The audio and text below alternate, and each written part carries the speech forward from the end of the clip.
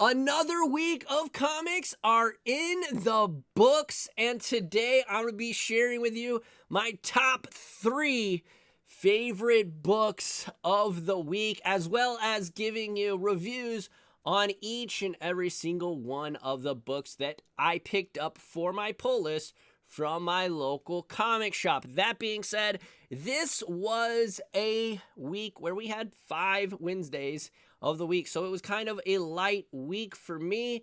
And honestly, the quality of these books were not what they usually are. Last week was absolute banger after banger. I think I gave away like 4, maybe 3 or 4 4-star books. This week, not the case. That's not to say that we didn't have a lot of good books. It's just it was a light week, so it's kind of what you can expect. Also, at the end of the video, I have some programming updates for you. I'm not going to get into that right now, but stick around to the end if you want to see that. But anyways, everybody, I'm Alex. This is Graphic Novel Collector. Thank you all for joining me, and let's not waste any more time. Let's jump into this week with the chopping block. We have Ultimate X-Men. This is issue number 8 by Peach Momoko. Now, first things first, I do want to say, Peach Momoko, I love her art style. It is awesome. It is amazing. If you're into the manga style, you are definitely going to want to check out Ultimate X-Men. That being said, every week, every month that I read this book, I said, surely next month has got to be the month where this book starts to pick up and things actually start happening. We're going to finally learn who the children of the Atom are. We're going to learn what Armor is out here really doing. But unfortunately, this is the day, this is the month. If this book doesn't pick up pace, I am going to unfortunately have to drop it. And unfortunately, it did not. Now, that is nothing against Peach Momoko. This story, it's well written. These characters are well written. However, it is just to a glacier pace. And unfortunately, I'm out here balling on a budget. I'm collecting comics on a budget. So I can't be spending $5 a month on a book that just isn't going to have much story progression. Again, Peach Momoko, excellent art. Top tier art. Very manga inspired. I love the way she blends manga style with kind of almost a watercolor colors. It's great. It's brilliant. Look at that. It's gorgeous. That being said, just too slow paced for me. And honestly, these are a lot of new characters. There are like 9 different characters that you need to know in this book. And it's just too much for me. Still going to give it a pretty solid review. I'm going to give it a 3. But it will be dropped from the pool, unfortunately. Plus, all the excellent things that DC is doing right now. I just got to drop books. I have to find cuts where I can. I have to. Moving on. We have Amazing Spider-Man. This is issue 60. This is the last book in the run for Zeb Wells and John Romita Jr. And we cut immediately to a courtroom. And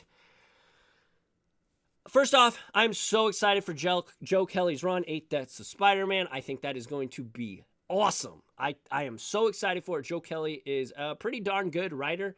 That being said, the stories, there was like 3 mini stories in here, and I absolutely loathed this book. The art, not good. The story, subpar.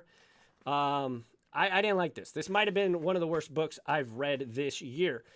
That being said, I'm very excited for the 8 Deaths of Spider-Man.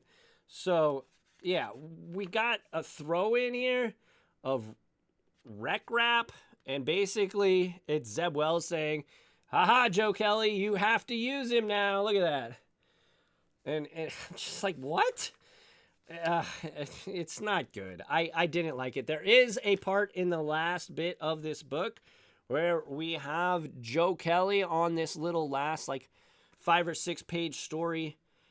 It was good. It was solid. I liked it. Of course, you see the Doom cover. I did get the Doom cover because you always get the Doom cover. Why wouldn't you? Overall, though, the Zeb Wells part of this book, absolutely loathed it. 1 star. 1 star. And that's about as low as my ratings will go. But, yeah, not good. John Romita Jr. can't draw. Zeb Wells, this run has been an absolute wreck. I don't like it. I don't like it. Nothing really happened. Nothing really happened. Basically, you had Tombstone say, just so you know, Spider-Man won, telling Peter Parker, because Peter Parker helped Spider-Man, right, in this series. And there was a moment in here when I thought Aunt May was going to discover that Peter Parker was Spider-Man, but they flirted with it.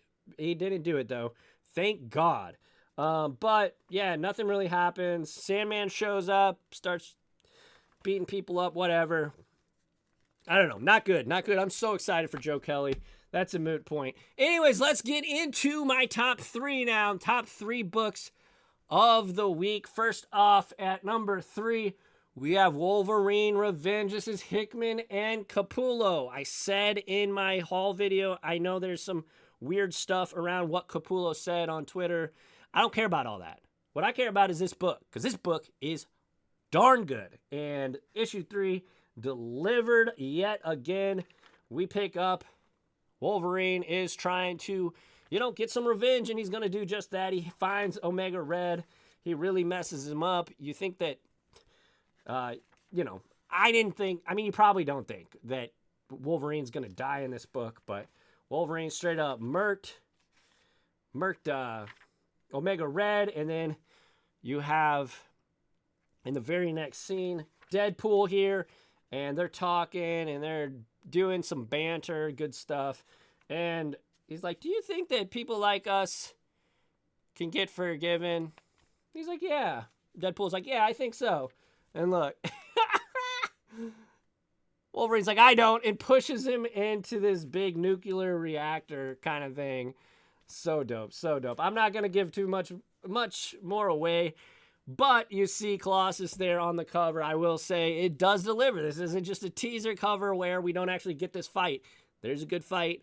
It has an awesome ending. And, Wolverine getting his revenge, moving on to the next. Excellent, excellent book. I'll say this book was probably a 3.5, which to me is a good book. 3 is a good book. 3.5 is pretty darn good. So, yeah. Wolverine Revenge, issue 3. Marvel Comics, of course. Next up, at number 2, by Boom Studios, we've got Tony Fleece and Dave Watchner, Uncanny Valley. And this book continues to just do what it does best, and that is make some really, really nice moments. In the last issue, we had our main character erase a spot in the world, and he stepped through it. What? I was like, you can do that? You can do that? But yeah, Oliver erased a spot, and then this kind of gives a little bit of an origin story, a backstory to all of the characters. We see how the big bad comes to be and what their motivations are, as well as how Oliver's mom comes to be, and we learn that she kind of had what I think of as like asthma and coughed a lot when she went outside. And then she had a kid. And bada bing, bada boom, we're off to the races. This book has been awesome. Tony Fleece knows how to write a compelling story. I'm definitely giving this one 3.5 stars. Uncanny Valley. And that's issue number 6. Next up, and the number 1 book on my pull list review, this is Feral, issue 7. Tony Fleece, Trish Forstner, and Tone Rodriguez.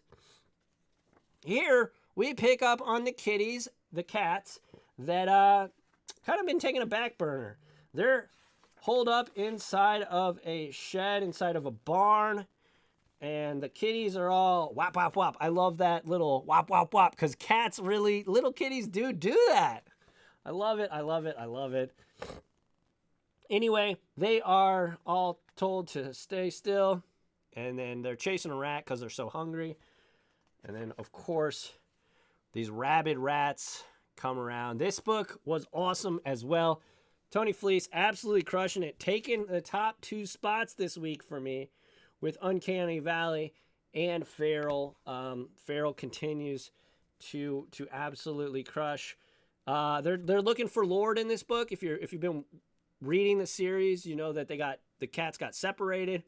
And yeah, they kind of fall into a trap, literally, in this book. And maybe they find Lord, though. Maybe not. Maybe. You'll have to read it. But yeah, short week for me this week. Let's go through real quick. At number 1, we had Feral 7. Excellent series. I'll give this 3.5 stars, so barely edging out my second book of Uncanny Valley, also 3.5 stars. Then we've got This is Wolverine Revenge, issue 3, another blood-soaked revenge. Always get red band. Garbage that they make us pay $1 for it and like 2 extra pages, but still, Wolverine Revenge has been good. Amazing Spider-Man, finally, Romita Jr. and Zeb Wells are off the book, and we can finally move on to the 8 Deaths of Spider-Man by Joe Cowley. So excited for next month. So excited. And Ultimate X-Men, again, good story. Solid story, excellent artwork. Peach Momoko doing well on this, but just a little bit too slow for me. So unfortunately, I do have to drop it. So there you go, folks. Thank y'all so much. About the programming updates that I was talking about at the start of the video. If you didn't notice, this has been called Top 3 Comics of the Week. And it's a review video still. I'm reviewing all of the comics, but I'm just changing the name mostly for the algorithm, if I'm being honest. But still just a review video. Obviously, I'm flipping the order. Instead of starting with the pick of the week, I am basically going to work backwards. I'm going to go from chopping block, which I will mention to you. I know that was something that a couple of people was like, what books aren't you liking? You like everything. It's true. I typically don't buy books that I know I'm going to dislike. That doesn't really make sense. But I will start telling you at the beginning of each review video which is going to be on the chopping block. Also, for my preview videos, I'm going to start calling them top 3 best books to pick up, or preview books. Haven't really hammered out the name yet, but it will be a top 3 video. Also, We the Ones, which is the monthly series that I review new issue number 1s. That's going to get the axe. I just don't have time to do it.